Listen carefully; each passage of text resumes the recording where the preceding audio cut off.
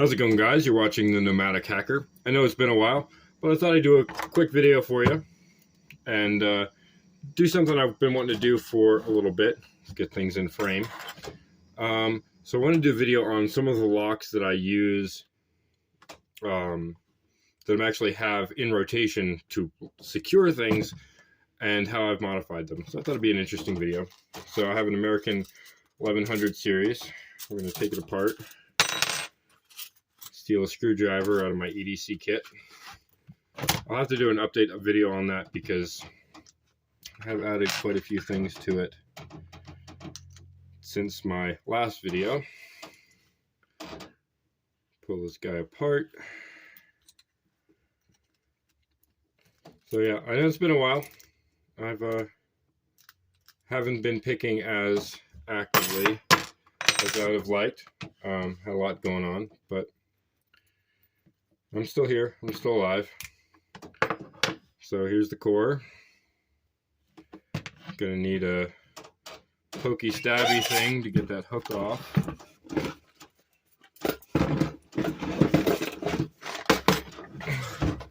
Let's see what we have. Pokey stabby hooky thing. Never mind my all the sounds in the background. These drawers I have down here are very loud. Alright, so let's pull this clip off.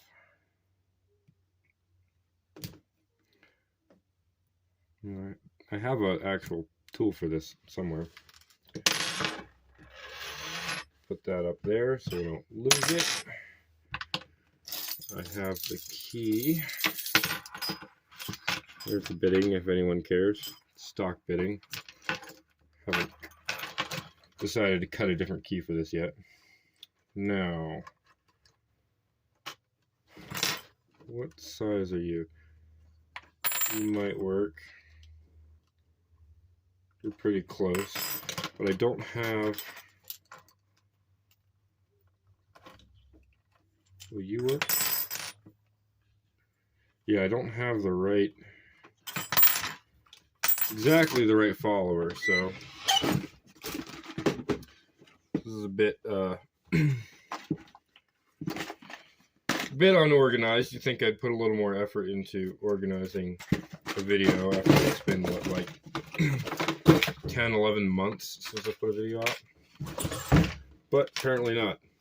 So break open a thing of random parts in which I have some shims, and we'll get this apart.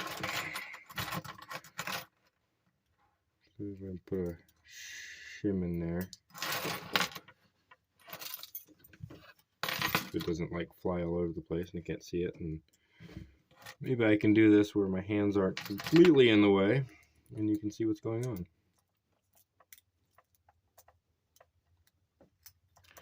You know what? That's not going to work. So I don't know how the hell I took this apart because I have modified this. You know, we're going to use the core as the follower, and we'll disassemble it that way. Let me just position this guy so that I know where the key pins are so I don't completely botch this. All right. So it's a 5-pin key, so chamber 6 is nothing. I should put one there. So chamber 5 is a commercial spool. We'll just put him there.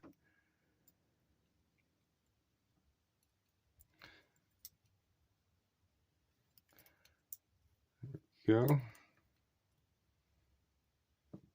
Another commercial spool in 4. I don't completely remember all of what I did to this, but I know I did some shenanigans. Alright. 3 doesn't break the shear line.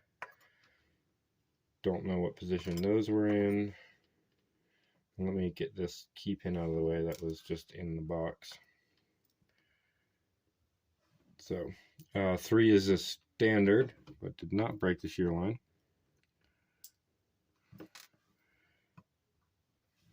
2 is an extra long standard. I think that was a modified like long key pin. And 1, I'll move these over so they're in a sensible orientation.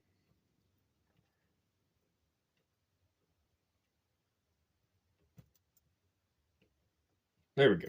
All right, so commercial spool in 1, long standard in 2, it's the standard key pin in 3, commercial spool in 3 and 4, and a copper spring, and there's a steel spring.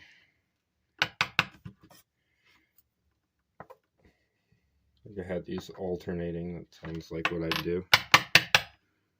There's another spring in there somewhere, but he's not coming out. Oh, there he is. Very short spring. Now, actually, where's that pin that I set somewhere? There you are. I thought that was a random pin. I think that was actually key pin numero uno. Yep, that's what that was. Okay, that wasn't a random pin. All right, so number 5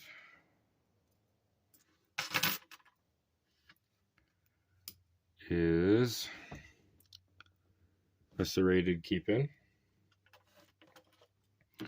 Number 4 is a little sticky.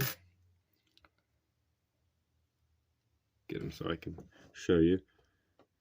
Another serrated key pin. What it says had double serrations. Number 3.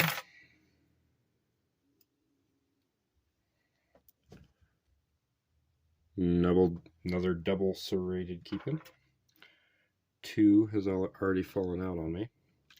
That is a standard. And 1 is standard. So that oh, no. Don't do that. That's not what we want. There we go. That kind of makes sense. So serrated, standard on the key pins. Spool, standard spool on the drivers. And then alternating, actually that's brass, copper, and a very short steel. 1. Need to demagnetize these tweezers. So yeah, that is not the standard pinning for a Master-Lock 1100 series. I'm going to do another one of these videos shortly, and I mean that shortly, showing another lock that I did, and that one's even crazier. But I just thought that was going to be an interesting video, something that will be interesting to watch. And I need to do a little more practicing, but I have this box. This is a challenge lock, and that needs to be picked. I also have a few more challenge locks. And it sounds like there's a tornado happening in the background. Oh, there's one that needs to be built into a challenge lock.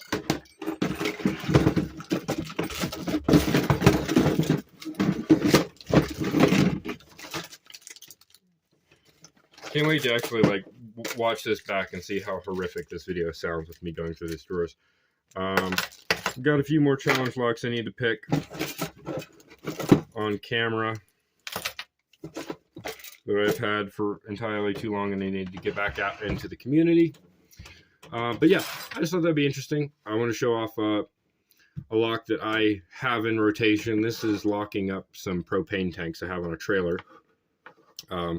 Next one's going to be next video on, or a lock like this is going to be the lock I have locking up the trailer.